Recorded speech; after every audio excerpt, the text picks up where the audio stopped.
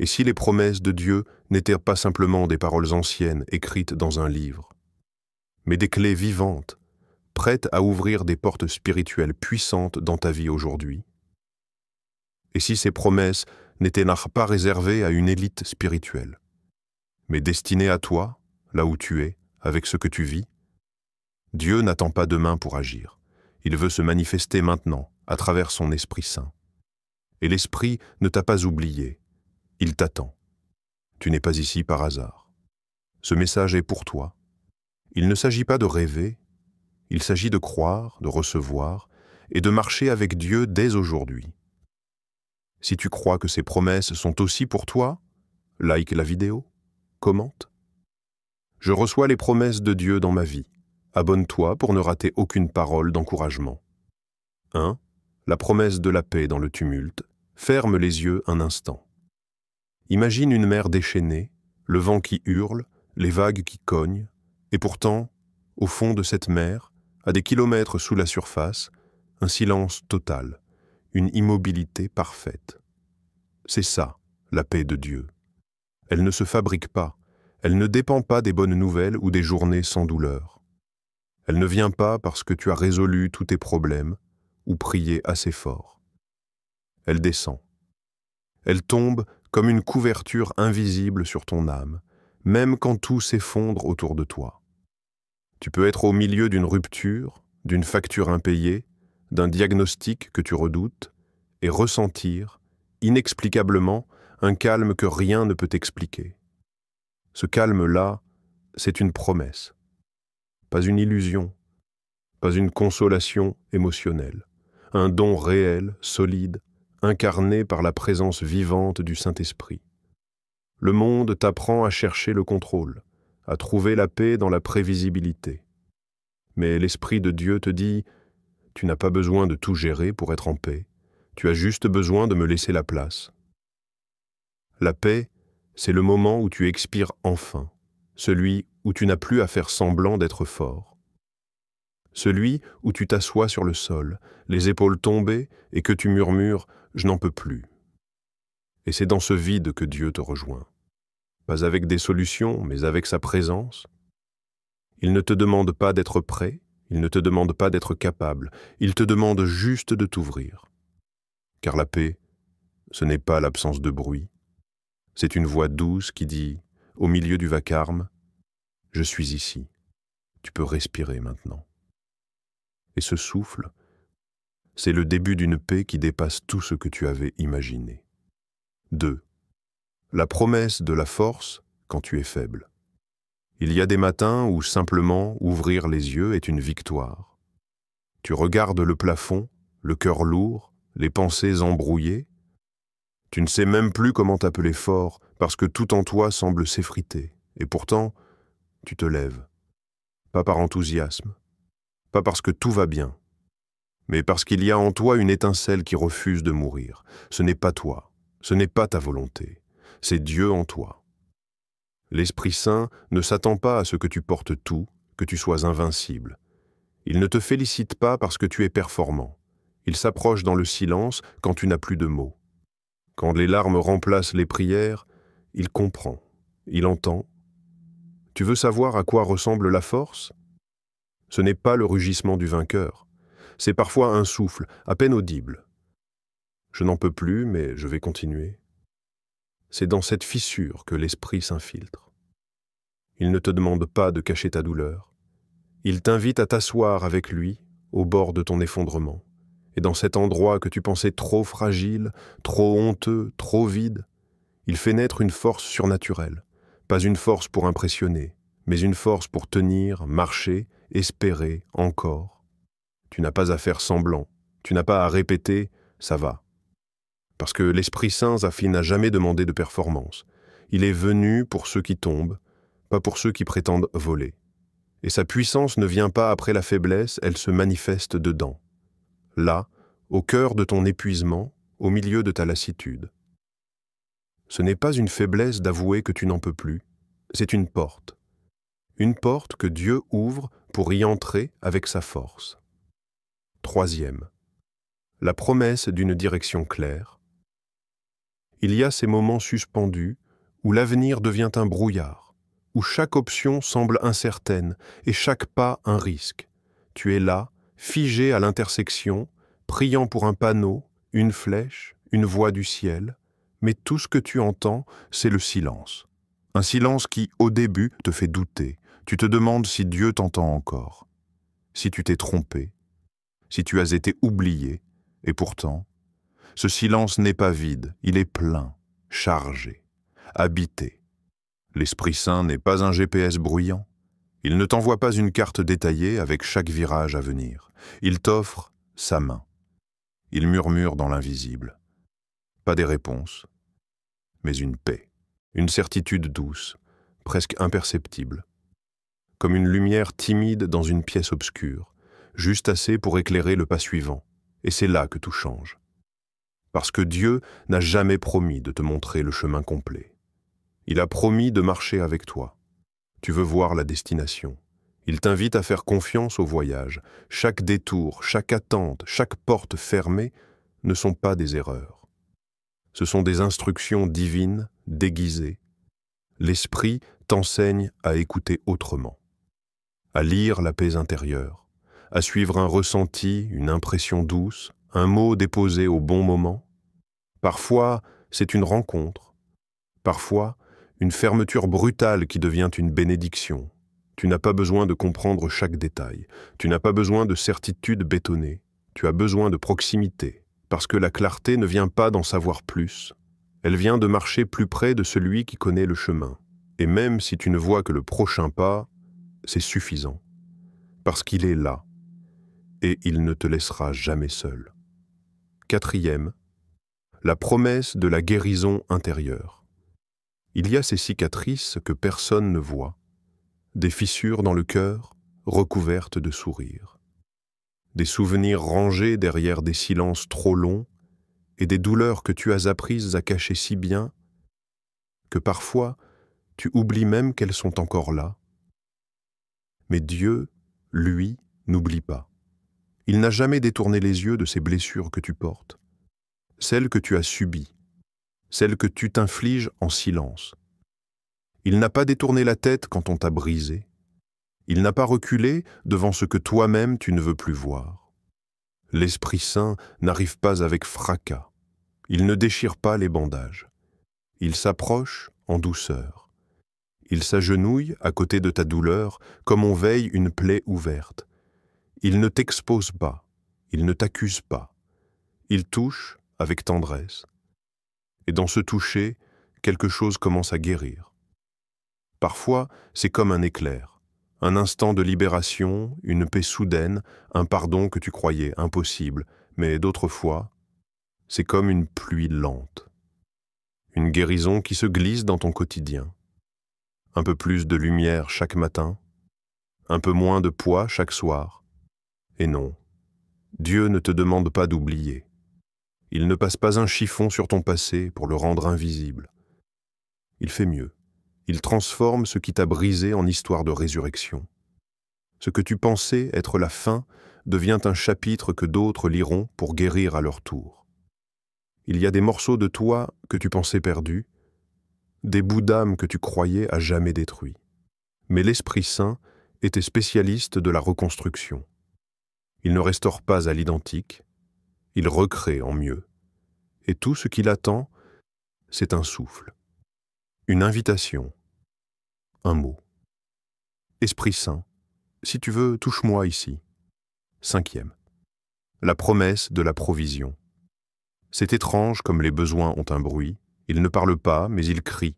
Le frigo vide, la facture en attente, le regard inquiet d'un enfant, le calendrier qui avance et les ressources qui s'amenuisent. Tu connais ce bruit-là, celui qui te réveille la nuit, qui t'oppresse le ventre, qui te pousse à calculer, recompter, espérer un miracle de dernière minute. Mais dans ce tumulte intérieur, une voix différente s'élève. Pas celle de l'économie, ni celle de la peur. C'est celle de Dieu qui murmure « Ma provision ne dépend pas de ton compte bancaire, elle dépend de ma fidélité. » L'Esprit Saint ne vient pas seulement t'apaiser dans le manque. Il vient te positionner dans la source. Il n'est pas juste un consolateur émotionnel. Il est ton stratège. Celui qui t'inspire l'idée au bon moment. Celui qui place une personne sur ton chemin sans que tu comprennes comment. Celui qui t'ouvre une porte que personne ne peut refermer. Parfois, ce qu'il donne n'a pas de prix. Parce que ce n'est pas de l'argent. C'est un appel qui change tout. C'est une paix profonde, même quand les chiffres ne s'additionnent pas. C'est une faveur inattendue, une opportunité qui surgit du néant, une force intérieure pour tenir un jour de plus. Ce n'est pas toujours spectaculaire, mais c'est toujours suffisant. Et surtout, ça ne dépend pas de toi. Tu n'as pas à courir après la provision comme un mendiant qui espère. Tu n'as pas à supplier comme si Dieu oubliait. Tu as juste à rester connecté, à respirer dans sa présence, à faire confiance à celui qui connaît le besoin avant même que tu l'exprimes. Dieu ne promet pas l'excès. Il promet le nécessaire, au bon moment, à sa manière. 6. La promesse de la protection. Tu ne l'as peut-être pas remarqué, mais tu aurais dû craquer 1000 fois déjà. Il y a eu des instants, des rencontres, des chemins où tu aurais pu tomber, mais quelque chose, ou plutôt quelqu'un, t'a retenu. Tu marches, souvent sans le savoir, dans une zone couverte, invisible, silencieuse, mais bien réelle. Le monde est imprévisible, des dangers visibles, d'autres que tu ne verras jamais. Mais Dieu voit tout, et son esprit veille. Il est comme un radar céleste, un gardien qui repousse ce que tu n'auras jamais à affronter. Il ferme des portes sans explication.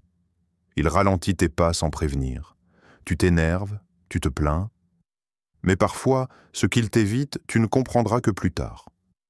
L'Esprit Saint ne s'agite pas, il observe, agit, intercepte, il annule des attaques dans l'invisible, il place un non là où toi tu voyais une opportunité.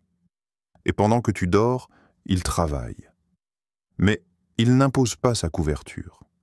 Il t'invite à rester sous l'abri, pas en mode panique, pas en mode contrôle, en mode connexion. Tu n'as pas à vivre dans la peur, mais tu es appelé à rester proche. C'est dans l'intimité avec l'esprit que la protection se renforce. Ce n'est pas un talisman magique, c'est une alliance vivante, une proximité constante. Parfois, tu sentiras sa main te retenir. D'autres fois, tu ne sauras même pas ce que tu as évité. Mais tu sauras que tu es gardé. Et même si tu traverses le feu, tu n'y seras jamais seul. Parce que celui qui t'accompagne est aussi celui qui te couvre. 7. La promesse d'un nouveau départ. On t'a peut-être déjà fait croire que c'était trop tard, que tu avais gâché ta chance, que certains choix t'avaient définitivement disqualifié. Mais Dieu ne parle jamais ce langage. Son alphabet est fait de secondes chances, et la grâce, c'est son encre indélébile. Tu peux porter les traces d'un passé lourd, des décisions que tu regrettes, des erreurs que tu traînes comme une chaîne, mais l'Esprit Saint ne t'invite pas à effacer ton histoire. Il t'invite à la réécrire avec lui. Tu n'es pas ce que tu as fait, tu n'es pas les échecs qui t'ont marqué. Tu es ce que Dieu est en train de former à nouveau, là, au creux de tes ruines. Le royaume de Dieu est bâti sur des recommencements. Moïse recommence à 80 ans. Pierre tombe et revient plus fort. Paul passe des ténèbres à la lumière en un souffle. Et toi, ton histoire n'est pas finie. Ce que tu crois être un point final, Dieu l'utilise comme un point de départ. Il regarde là où tu es tombé et il dit « C'est ici que je veux bâtir quelque chose de nouveau. » Pas une imitation du passé, pas une version camouflée, mais quelque chose de neuf, de pur, d'inédit. L'Esprit Saint ne recycle pas. Il renouvelle. Tu n'as pas à mériter ce nouveau départ. Tu dois juste l'accepter. Pas avec tes forces, pas avec ton passé, mais avec un oui fragile, le genre de oui qui tremble mais qui espère encore. Parce que chaque fois que tu dis « recommence avec moi », le ciel s'ouvre et Dieu reprend la plume. 8. La promesse de la joie profonde. Il existe une forme de joie que les circonstances ne peuvent pas voler. Une joie qui ne fait pas de bruit, mais qui brille au fond de l'âme comme une flamme inextinguible. Ce n'est pas l'euphorie d'un moment. Ce n'est pas un éclat de rire qui passe. C'est une encre d'éternité, déposée dans ton cœur par l'Esprit de Dieu. Le monde confond joie et distraction.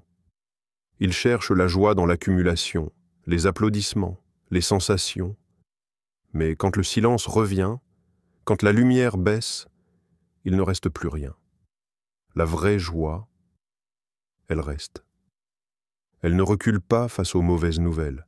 Elle ne fuit pas les saisons sombres. Elle résiste même au deuil, même à l'angoisse, même aux nuits d'insomnie. Tu peux pleurer et rester dans la joie. Tu peux être brisé, mais garder en toi un chant doux, presque inaudible, que rien ne peut éteindre. Parce que cette joie-là, ce n'est pas la tienne. C'est celle de l'esprit. Elle pousse là où tout le reste s'effondre. Elle prend racine dans la gratitude, même quand tout te manque. Elle fleurit dans le désert, quand tu choisis de croire que Dieu est encore avec toi. Ce n'est pas une illusion, c'est un fruit. Et un fruit ne vient pas par la volonté, il vient par la connexion. Plus tu marches avec l'esprit, plus cette joie devient d'homme naturel. Pas bruyante, pas démonstrative, mais solide, profonde, inaltérable. Tu n'as pas besoin d'attendre que tout aille bien, tu n'as pas besoin de faire semblant. Tu peux être vulnérable, traversé de peur. Et pourtant, garder ce trésor en toi, une joie qui murmure au creux du chaos, je sais en qui j'ai cru. Cette joie-là ne dépend pas de ce qui se passe autour. Elle repose sur qui vit en toi. 9e. La promesse d'un cœur renouvelé. Tu as peut-être déjà essayé de changer, modifier un comportement, briser une mauvaise habitude, te dire « c'est la dernière fois » pour la 10e fois. Et chaque tentative s'est essoufflée, parce que tu essayais seul. Mais l'Esprit Saint ne vient pas pour ajuster la façade, il vient pour refaire les fondations. Il ne pose pas un pansement sur un cœur fatigué, il entre et reconstruit. Il touche non seulement ce que tu fais, mais ce que tu veux. Il transforme non seulement ton comportement, mais aussi tes désirs. Tu penses que ton combat est contre ton impulsivité, ta colère, tes failles. Mais l'esprit ne s'attaque pas seulement aux fruits. Il soigne la racine. Il renouvelle tes pensées. Il remplace les schémas usés, les voies intérieures de condamnation, par la vérité vivante de Dieu. Tu n'as pas besoin de devenir quelqu'un d'autre. Tu as juste besoin de laisser Dieu révéler qui tu es vraiment. Ce n'est pas un processus brutal. Ce n'est pas une réforme rigide. C'est une transformation par amour. Pas imposée, proposée. Et tout commence par un mouvement simple, l'ouverture. Pas l'effort. Pas la perfection. Mais ce moment où tu dis « Esprit Saint, j'en ai marre de faire semblant. Change mon cœur, pas juste mes gestes. » Et alors, sans bruit, il commence. Il t'adoucit sans te casser. Il te façonne sans te forcer. Il t'infuse peu à peu le caractère de Christ. Ton cœur devient plus souple. Ton regard change. Ta réaction, plus lente à exploser. Ton appétit spirituel, plus profond. Ce n'est pas une amélioration. C'est une nouvelle naissance, continue et vivante. Un cœur renouvelé, ce n'est pas un exploit humain. C'est un miracle en cours. 10. La promesse de l'assurance éternelle. Il y a une paix qui ne dépend pas du moment présent. Un ancrage qui résiste aux vents les plus violents. Un point fixe quand tout en toi vacille. C'est ce qu'on appelle l'assurance éternelle. Ce n'est pas une émotion qui monte et qui descend. Ce n'est pas un frisson pendant une prière ou un chant. C'est un socle, une identité, une conviction. Quand l'Esprit de Dieu vit en toi, tu n'es plus jamais orphelin. Tu n'erres plus. Tu n'es plus à la recherche d'une place à prouver, d'un amour à mériter, d'un regard à capturer. Tu sais à qui tu appartiens. Tu sais que tu es aimé, sauvé, scellé. même quand les doutes hurlent, même quand tu tombes, même quand tu te sens vide. Parce que ton assurance ne repose pas sur ta performance. Elle repose sur la fidélité de Dieu. L'Esprit en toi est le sceau, la marque visible de l'invisible. Il est ce témoin silencieux, ce rappel permanent, tu es adopté. Tu fais partie de la maison, tu es à moi. Tu peux traverser des saisons de nuit, tu peux douter, t'interroger, trembler, mais au fond, il reste cette voix qui ne s'éteint pas, celle qui te dit « Tu es porté ». Tu n'as pas à mériter ton salut, tu n'as pas à reconquérir ton droit d'exister dans le royaume. Tu as juste à rester, comme un enfant qui sait que ses parents ne le lâcheront jamais. Cette assurance ne te rend pas arrogant. Elle te rend stable, elle te permet de marcher dans l'incertitude avec une paix étrange, parce que tu sais qui marche devant toi. Et quand tout semblera t'échapper, il restera cette ancre en toi, incassable, inamovible. Je suis à Dieu, et rien ne pourra me séparer de son amour. 11. La promesse d'un but divin. Tu n'es pas un accident, tu n'es pas une erreur du calendrier, tu n'es pas un souffle de plus dans la foule, tu es voulu, tu es placé, tu es porteur d'un but. Il y a un appel gravé sur ton nom que personne ne peut effacer, pas ton passé, pas les opinions des autres, pas même tes propres doutes. Depuis le commencement, avant ton premier souffle, Dieu avait pensé ta vie avec intention. Et l'Esprit Saint est le gardien de cette intention. Tu ne te lèves pas chaque matin pour juste survivre. Tu es là pour manifester quelque chose de céleste sur terre. Une parole, une présence, un impact, une semence éternelle dans un monde temporaire. Peut-être que tu te sens perdu, peut-être que les détours t'ont fait croire que tu as raté le plan. Mais Dieu n'abandonne pas ce qu'il a commencé. L'Esprit Saint ne renonce pas à ta destinée. Même au milieu de la confusion, il continue de te parler. Il te pousse dans des directions, parfois discrètes, parfois bruyantes, mais toujours alignées avec le ciel. Ce but ne ressemble pas toujours à une scène, un micro ou un titre. Parfois, c'est un simple acte de fidélité dans le secret. Un mot doux dans un foyer brisé. Un geste de foi dans une situation qui te dépasse. Tu n'es ni trop tard, ni trop loin, ni trop petit. Le plan n'a pas expiré. Tu respires encore, donc ta mission est encore active. Et si tu doutes, écoute l'Esprit. Il ne te montrera pas tout, mais il te rappellera chaque jour que tu es ici pour une raison. Tu n'as pas été jeté sur terre au hasard. Tu es un trait précis sur le dessein de Dieu. Et ce que tu portes en toi, personne d'autre ne peut le porter à ta place. 12. La promesse d'une intimité profonde avec Dieu. Et s'il existait un endroit où tu n'as rien à prouver, un lieu où ton âme peut déposer ses armes, un espace où Dieu ne te regarde pas pour ce que tu fais, mais pour qui tu es dans ses yeux, ce lieu existe. Ce n'est pas un temple, ce n'est pas un programme, c'est l'intimité avec lui. L'Esprit Saint ne vient pas pour ajouter des règles à ton quotidien. Il vient pour habiter ton silence, marcher à tes côtés, te parler dans le creux de ton cœur. Il te tend la main pour marcher avec Dieu, chaque jour, comme un ami fidèle, comme un compagnon qui ne part jamais. Et c'est là que tout bascule. Tu ne pries plus pour obliger. Tu parles parce que tu veux entendre sa voix. Tu ne lis plus pour cocher une case. Tu ouvres la parole parce que tu sais. Il est là, entre les lignes. Tu n'agis plus par devoir. Tu bouges par amour, par passion. L'intimité, ce n'est pas un privilège pour les super spirituels. C'est une invitation pour toi. Une chaise vide t'attend. Une voix douce te cherche. Chaque matin, chaque nuit, chaque détour de ta vie. Et quand tu réponds, quand tu choisis de rester quelques minutes de plus dans sa présence, quand tu oses poser ton téléphone et écouter ce murmure, quelque chose se passe. Ton cœur change de rythme, ta respiration ralentit, ta vision se clarifie, tu vis avec lui et non plus pour mériter son regard. L'intimité ne t'élève pas dans l'orgueil, Elle te plonge dans la dépendance sacrée. Et là, tu découvres ce que c'est que vivre non plus par effort, mais par communion.